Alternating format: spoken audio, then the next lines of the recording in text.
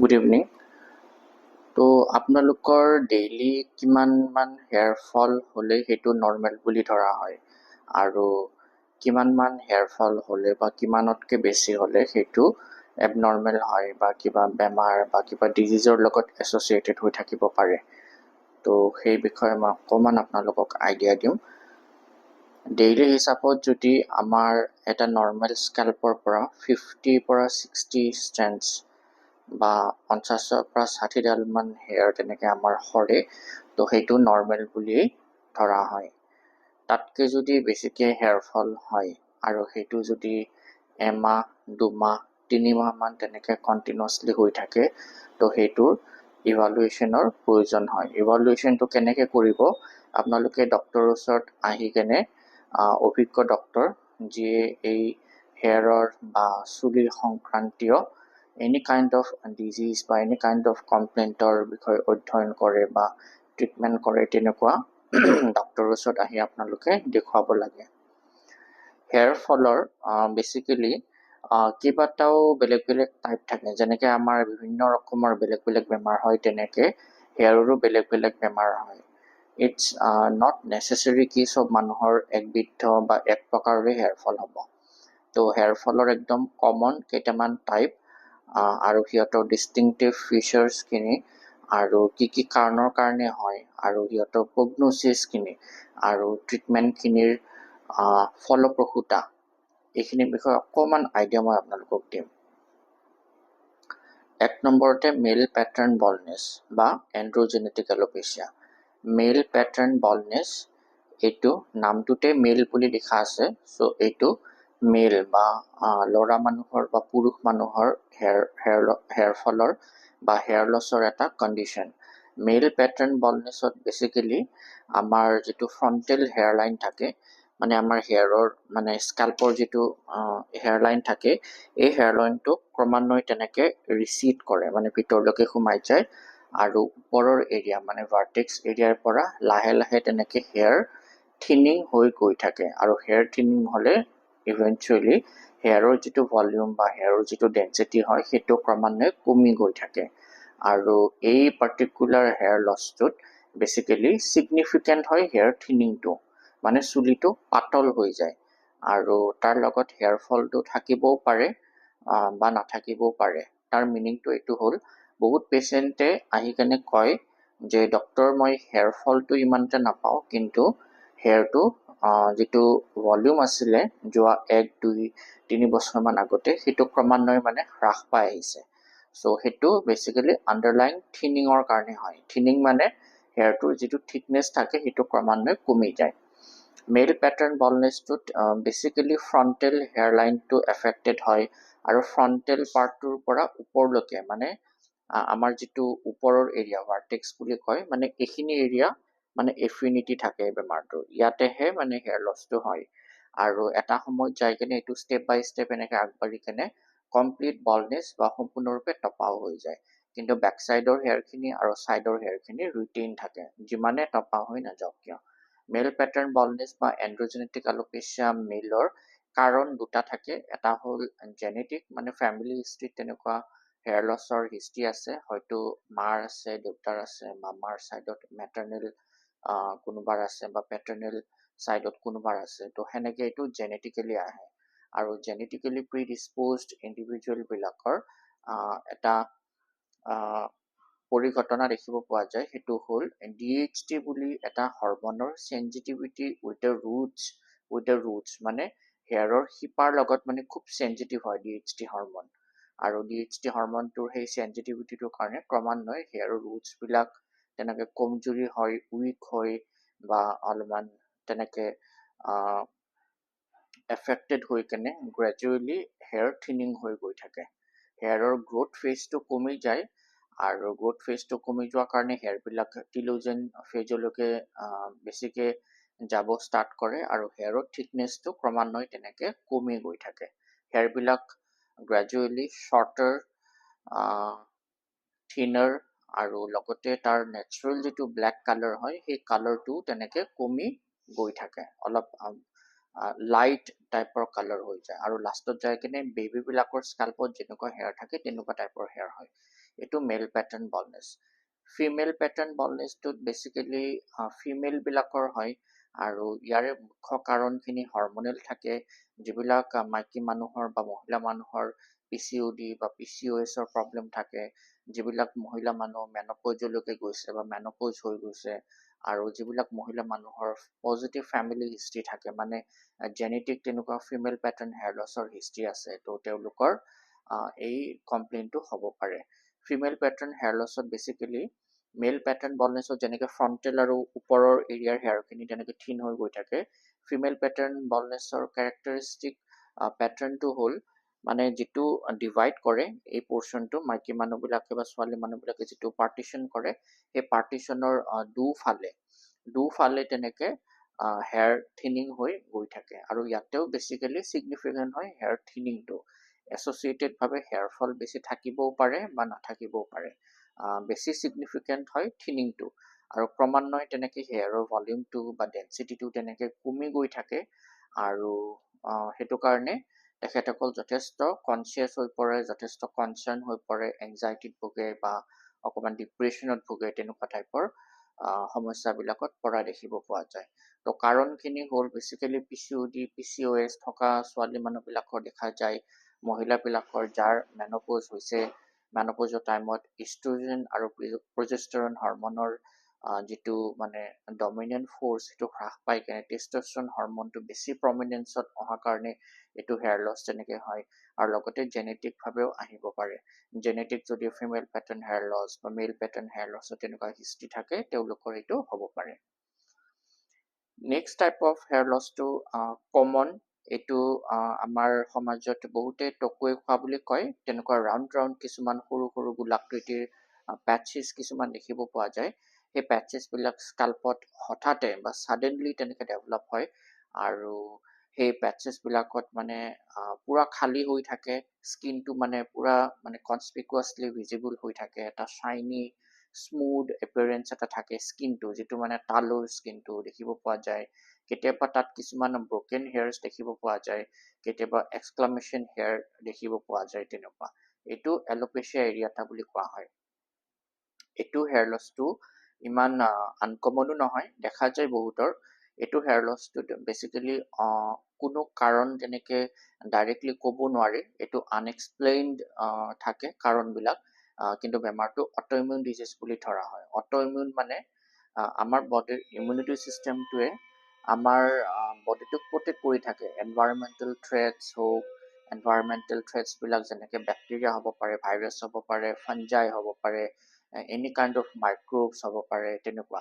সেইবিলাকৰ এগেইনষ্টত antibody formation কৰি কিনে বডিটোৱে আমাৰ শৰীৰটো ৰক্ষণাবেক্ষণ দি থাকে। যেতিয়া আমাৰ শৰীৰৰ ইমিউনিটি ছিষ্টেমটোৱে বাই মিষ্টেক আমাৰ শৰীৰৰ ইণ্ডিভিজুৱেল চেলছবিলাকক মানে হাৰ্ম কৰে, কোনোবা অনিষ্টকাৰী বস্তু বুলি ভাবি কেনে, সেইবিলাকৰ এগেইনষ্টত মানে যিবিলাক মানে ইমিউন চেলছ থাকে, সেইবিলাকৰ এগেইনষ্টত কাম কৰিব মানে ষ্টাৰ্ট কৰে, WBCবিলাকে কাম কৰিব ষ্টাৰ্ট কৰে নিজৰ হেল্ডি কোষবিলাক, চেলবিলাকৰ এগেইনষ্টত, তেতিয়া সেইটো অট'ইমিউন ডিজিজ বুলি কোৱা হয়। এলোপেচিয়া এৰিয়াটাটো এক প্ৰকাৰৰ অট'ইমিউন ডিজিজ, আৰু ইয়াতে আমাৰ ইমিউনিটি ছিষ্টেমটোৱে বা ইমিউন চেলছবিলাকে বেচিকেলি আমাৰ হেয়াৰ ফলিকুলছ বা হেয়াৰৰ ৰুটছবিলাকক এটেক কৰিব ষ্টাৰ্ট কৰে, আৰু হাৰ্ম কৰি কেনে সিহঁতক ধ্বংস কৰি পেলায়, তেনেকুৱা। এলোপেচিয়া এৰিয়াটাটো বেচিকেলি এটা আনপ্ৰেডিক্টেবল ডিজিজ, কিয়নো ই অট'ইমিউন ডিজিজ, তো ধৰিব নোৱাৰে। কেতিয়াবা পেটচটো ডেভেলপ হৈ কেনে নিজে নিজে স্পণ্টেনিয়াছলি ৰিকভাৰীও হৈ যায়, নতুনকৈ হেয়াৰ আহি যায়, আৰু কেতিয়াবা সেইটো কিন্তু পেটচটো তেনেকৈ এডভান্স হৈ কেনে ডাঙৰ পেটচলৈকেও ৰূপান্তৰিত হ'ব পাৰে, বা নতুন নতুন অন্যান্য পেটচেছ গোটেই অল অভাৰ স্কাল্পতে আহিব পাৰে।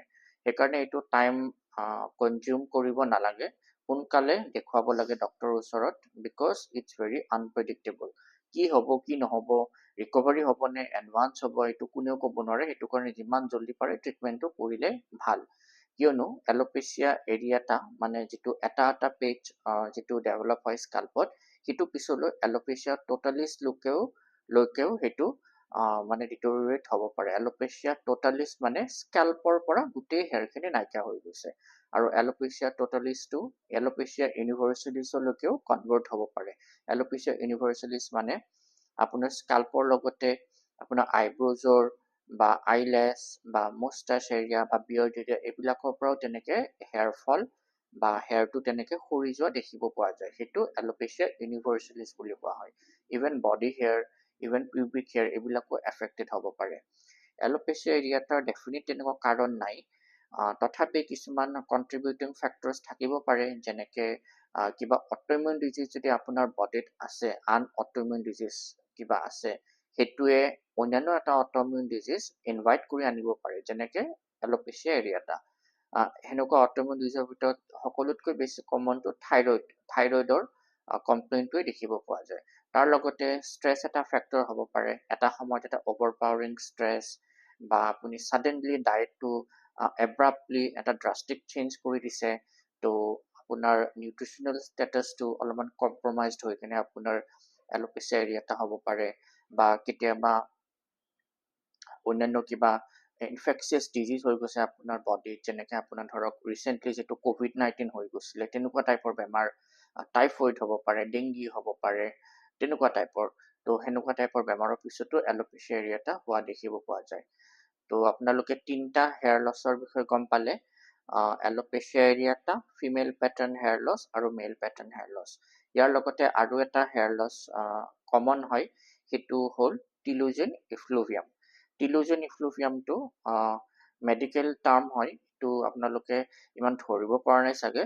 টিলোজেন ইফ্লুভিয়ামটো যদি মই একদম বুজাই দিওঁ, যেতিয়া আপোনালোকৰ ধৰক প্ৰেগনেণ্ট মহিলাবিলাকৰ দেখিব প্ৰেগনেঞ্চি টাইমত হেয়াৰ ফল নাই, যেতিয়া তেওঁলোকৰ চাইল্ড বাৰ্থ হৈ গৈছে বা সন্তানটো প্ৰসৱ হৈ গ'ল, প্ৰসৱ হোৱাৰ 3 মাহ 4 মাহমান পিছত লাহে লাহে তেওঁলোকৰ হেয়াৰ ফলটো হ'ব ষ্টাৰ্ট কৰে, মানে অলপ বেছিকেই হয় হেয়াৰ ফলটো।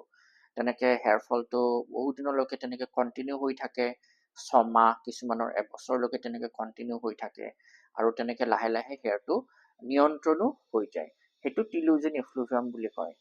বা কেতিয়াবা মই অলৰেডি ক'লোঁ, কিবা ইনফেকচিয়াছ ডিজিজ হৈ গৈছে, যেনেকৈ ডেংগি, টাইফইড, মেলেৰিয়া, হেপাটাইটিছ বা জণ্ডিছ বা COVID-19 ইনফেকশ্যন, তেনেকুৱা টাইপৰ ইনফেকশ্যন হৈ যোৱাৰ 3 মাহ 4 মাহ পিছত তেওঁলোকৰ খুব মানে ৰেপিড হেয়াৰ ফল দেখিব পোৱা যায়, সেইটো টিলোজেন ইফ্লুভিয়াম বুলি ক'ব পাৰি। বা কেতিয়াবা তেওঁলোকৰ এটা সময়ত মানে খুব বেছি ষ্ট্ৰেছ হৈছে, প্ৰফেশ্যনেল বা পাৰ্চনেল ষ্ট্ৰেছ, তো সেই ষ্ট্ৰেছটোৰ সেই সময়খিনিৰ 3 মাহ 4 মাহমান পিছত তেওঁলোকৰ খুব মানে এব্ৰাপ্ট হেয়াৰ ফল হৈছে, খুব বেছি হেয়াৰ ফল, মানে যথেষ্ট হেয়াৰ ফল, কনস্পিকুৱাছ হেয়াৰ ফল, ইফালে গ'লেও হেয়াৰ সৰে, সিফালে গ'লেও হেয়াৰ সৰে, ফনিয়াওতেও হেয়াৰ ফল হয়, গাৰুত দেখে, বিচনা কভাৰত দেখে, গাৰু কভাৰত দেখে, বিচনাত দেখে, বেডশ্বীটত দেখে, তেনেকুৱা টাইপৰ, বা বাথৰুমৰ বেচিনত দেখে, এনেকুৱা টাইপৰ হেয়াৰ ফল যদি হয়, সেইটো টিলোজেন ইফ্লুভিয়াম বুলি ক'ব পাৰে। মানে এনি কাইণ্ড অফ কিবা এটা শ্বক এটা পোৱাৰ আফটাৰ 3 to 4 months পিছত খুব ৰেপিড হেয়াৰ ফল যদি হয়, মানে খুব ৰেপিড আৰু খুব মানে চিভিয়াৰ হেয়াৰ ফল হয়, সেইটো টিলোজেন ইফ্লুভিয়াম বুলি কয়। মাইকী মানুহৰ প্ৰেগনেঞ্চিৰ পিছত যিটো হয়, সেইটো টিলোজেন ইফ্লুভিয়ামৰ ভিতৰতে পৰে। সেইটোতো ইষ্ট্ৰোজেন প্ৰজেষ্টন হৰমনখিনি ইমান দিনে মাকজনী আৰু সন্তানটোক মানে ধুনীয়াকৈ প্ৰতিপালন কৰি আছিলে, আৰু ইষ্ট্ৰোজেন প্ৰজেষ্টন হৰমনটো খুব এটা চুইং লেভেলত আছিলে, মানে খুব এটা মানে ডমিনেণ্ট লেভেলত আছিলে, যিটো ছাডেনলি বাচ্চাটো জন্ম হোৱাৰ পিছত কমি যোৱাৰ কাৰণে, হৰমনৰ এই ইম্বেলেঞ্চটোৰ কাৰণে এটা শ্বক পাই কিনেও তেনেকৈ হেয়াৰ ফলটো হয়। টিলোজেন ইফ্লুভিয়ামটো যদি আপোনাৰ আফটাৰ 3 months, শ্বকটো পোৱাৰ 3 months বা 4 months 5 months এনেকুৱা পিছত হয়, আৰু সেইটো বেছি দিনলৈকে নাথাকে, সেইটো একিউট টিলোজেন ইফ্লুভিয়াম বুলি কয়। আৰু এনেকৈ হেয়াৰ ফলটো কেইমাহ মানলৈকে থাকি নিজে নিজে ৰিকভাৰীও হৈ যায়, আৰু সেইটো আপোনাৰ কিছুমানৰ 12 মাহমানৰ ভিতৰত ৰিকভাৰী হৈ যায়। যদি ৰিকভাৰী নহয়, সেইটো ক্ৰনিক টিলোজেন ইফ্লুভিয়ামলৈকে গুচি যায়। ক্ৰনিক টিলোজেন ইফ্লুভিয়ামলৈকে গুচি যায়, মানে কিছুমান মহিলা আপোনালোকে দেখিব, এই টিলোজেন ইফ্লুভিয়ামটো বেছিকেলি মহিলা মানুহৰ বেছিকৈ দেখিব পোৱা যায়। কিছুমান মহিলা মানুহ আছে, তেওঁলোকৰ তেনেকৈ একো লাইফত তেনেকুৱা কণ্ট্ৰিবিউটিং বা ইমান ৰিস্ক ফেক্টৰ তেনেকুৱা নাই, কিন্তু তেওঁলোকৰ হেয়াৰ ফল হৈ থাকে, কণ্টিনিউৱাছলি হৈ থাকে, তেনেকুৱা ফ্লাকচুৱেটিং পেটাৰ্ণত হৈ থাকে, মাজে মাজে অকণমান হেয়াৰ ফলটো অলপ কমি যায়, আকৌ পিছত আকৌ হেয়াৰ ফলটো তেনেকে আকৌ মানে হেয়াৰ ফলটো হ'ব ষ্টাৰ্ট কৰে তেনেকে মানে পেটাৰ্ণ এটা মানে ফ্লাকচুৱেটিং পেটাৰ্ণত কমি অলপ বেছি হৈ কমি বেছি বা বাঢ়া কমা হৈ এনেকে কণ্টিনিউৱাছলি হেয়াৰ ফল হৈ থাকে সেইটো ক্ৰনিক টিলোজেন ইনফ্লুভিয়াম বুলি কয় ক্ৰনিক টিলোজেন ইনফ্লুভিয়ামৰ বহুত পেচেণ্ট আহে তেওঁলোকৰ মানে যথেষ্ট হেয়াৰ ফল হৈ থাকে আৰু তেনেকুৱা একো কাৰণ নাথাকে ইডিঅ'পেথিক থাকে মষ্ট অফ দ্য কেছত মানে একো কাৰণ তেনেকুৱা ওলাব নোৱাৰে কিন্তু কিছুমান ক্ষেত্ৰত তেওঁলোকৰ আইৰণ ডেফিচিয়েঞ্চি এনিমিয়া মানে তেওঁলোকৰ ৰক্তহীনতা আৰু কিছুমান ক্ষেত্ৰত থাইৰয়ডৰ প্ৰব্লেমটো অলপমান এছ'চিয়েটেড হৈ থকা দেখিব পোৱা যায় আদাৰ দেন ডেট তেনেকুৱা বিশেষ একো কাৰণ তাত ইভালুৱেট কৰিলে নোলায় সেইটো হ'ল টিলোজেন ইফ্লুভিয়াম এতিয়া এই বেমাৰকেইটাৰ টাইপখিনি তাৰ মৰ্ফলজিখিনি বা ফিচাৰ্ছখিনি আৰু তাৰ যিটো প্ৰগন'চিছ হয় তাৰ যিটো কেৰেক্টাৰিষ্টিকখিনি আপোনালোকে গম পালে প্ৰগন'চিছখিনি মই কৈ দিছোঁ প্ৰগন'চিছ মানে ট্ৰিটমেণ্ট নকৰিলে বেমাৰটো কোনটো পৰ্যায়লৈকে গুচি যাব এনে মেল পেটাৰ্ণ বলনেছ বা মেল পেটাৰ্ণ হেয়াৰ লছ বা এণ্ড্ৰজেনেটিক এলোপেচিয়া মেল বা ফিমেল পেটাৰ্ণ বলনেছ বা ফিমেল পেটাৰ্ণ হেয়াৰ লছ বা এণ্ড্ৰজেনেটিক এলোপেচিয়া ফিমেল এই দুটা ইৰিভাৰ্চিবল কণ্ডিশ্যন হয় ইৰিভাৰ্চিবল মানে আপোনালোকে এইটো আগৰ অৱস্থালৈকে তেনেকৈ ঘূৰাই আনিব নোৱাৰে কিয়নো ইয়াতে জেনেটিক ফেক্টৰটো এছ'চিয়েটেড হৈ থাকে তথাপি যদি আপোনালোকে সোনকালে ট্ৰিটমেণ্টটো আৰম্ভ কৰে মানে ডায়েগন'চিছ কৰি ট্ৰিটমেণ্টটো ষ্টাৰ্ট কৰে তেতিয়া আপোনালোকৰ বহুত ক্ষেত্ৰত বেমাৰটো যিটো বাঢ়ি যোৱা এটা টেণ্ডেঞ্চি থাকে যিটো মানে ডিটৰিয়েশ্যন হোৱা এটা টেণ্ডেঞ্চি থাকে বেমাৰটো বাঢ়ি বেছি মানে দৃষ্টিপ্ৰকট থিনিংটো যিটো অহা এটা টেণ্ডেঞ্চি থাকে বা এটা চান্স থাকে সেইটো বহু পৰিমাণে কমাব পাৰি শ্ল' ডাউন কৰিব পাৰি তাৰ পেচটো কমাব পাৰি আৰু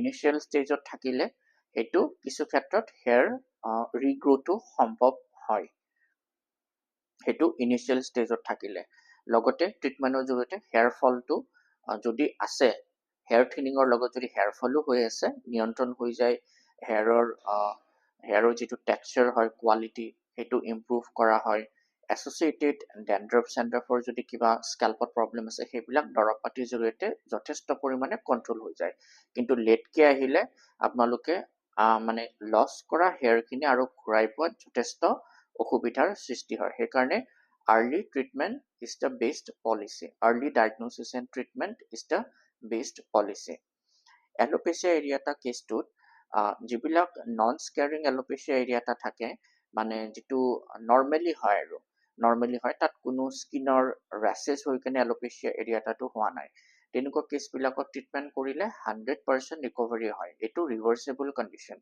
আৰু সময়মতে ট্ৰিটমেণ্ট কৰিলে এলোপেচিয়া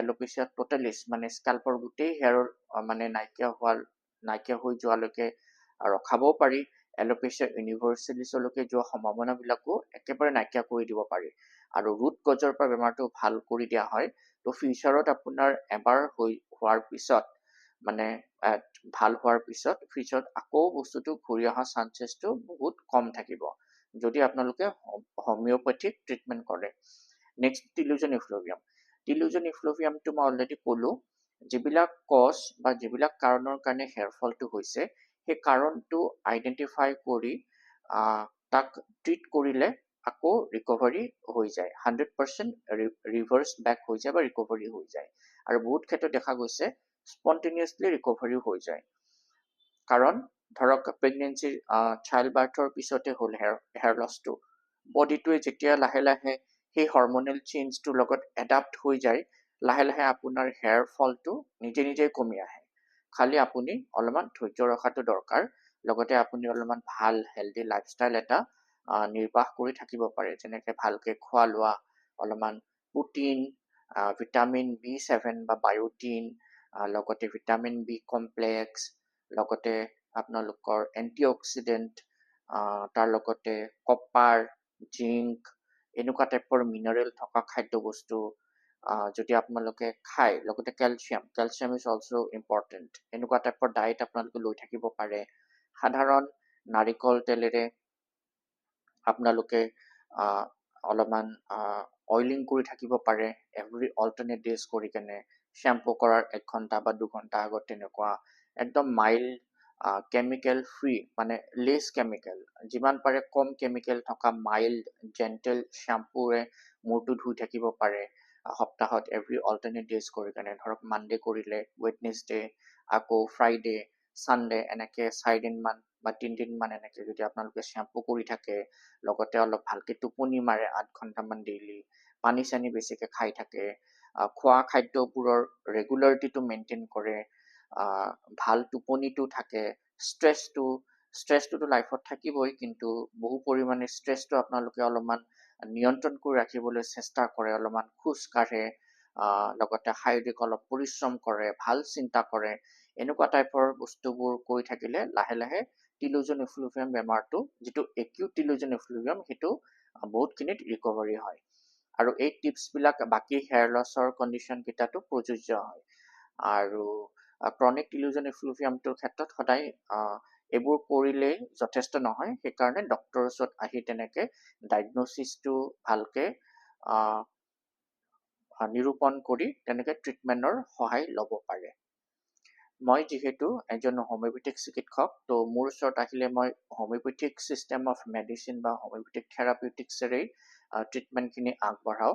আৰু সেই ট্ৰিটমেণ্টখিনিৰ এডভান্টেজখিনি হ'ল মেডিচিনছবিলাক পাৰ্শ্বক্ৰিয়া ৰহিত, তাত কোনো ছাইড ইফেক্ট নাথাকে, লগতে মেডিচিনছবিলাক safe during the time of lactation. সৰু ল'ৰা ছোৱালীক বা বেবী গাখীৰ খুৱাই থাকিলেও সেইটো আপুনি মেডিচিনছখিনি লৈ থাকিব পাৰে, লগতে প্ৰেগনেঞ্চি টাইমতো ল'ব পাৰে, লগতে কিয়নো মেডিচিনছখিনি নন টেৰাটোজেনিক, মানে সেইখিনি প্লেচেণ্টা লৈকে নাযায় বা প্লেচেণ্টা ভেদি কেনে ফিটাছৰ বডিলৈকে নাযায়, লগতে সেইখিনি কোনো ডিপেণ্ডেঞ্চি নাথাকে যে লাইফ লঙলৈকে মেডিচিনছটো বা মানে মানে ইনডেফিনিট টাইমলৈকে মেডিচিনছখিনি লৈ থাকিব লাগিব, তেনেকুৱা একো নাই। এটা নিৰ্দিষ্ট সময়লৈকে, কম সময়লৈকে দৰৱখিনি লৈ আপোনালোকে আকৌ মেডিচিনছখিনি উইথড্ৰ কৰিব পাৰে, আৰু কোনো উইথড্ৰল চিমটমছো নাথাকে। লগতে ইকনমিকেল হয় মেডিচিনছবিলাক, আৰু ৰুট কজলৈকে যায়। মষ্ট ইম্পৰ্টেণ্টলি ৰুট কজলৈকে যায়। ৰুট কজলৈকে যোৱা মিনিংটো হ'ল, যদি আপোনালোকৰ তেনেকুৱা টিলোজেন এফ্লুভিয়াম হৈছে, মানে চাইল্ড বাৰ্থ, ল'ৰা ছোৱালী জন্ম দিয়াৰ পিছত হেয়াৰ ফল হৈছে, তো সেইটোৰো স্পেচিয়েল মেডিচিনছ হোমিওপেথিক থেৰাপিউটিক্সত থাকে।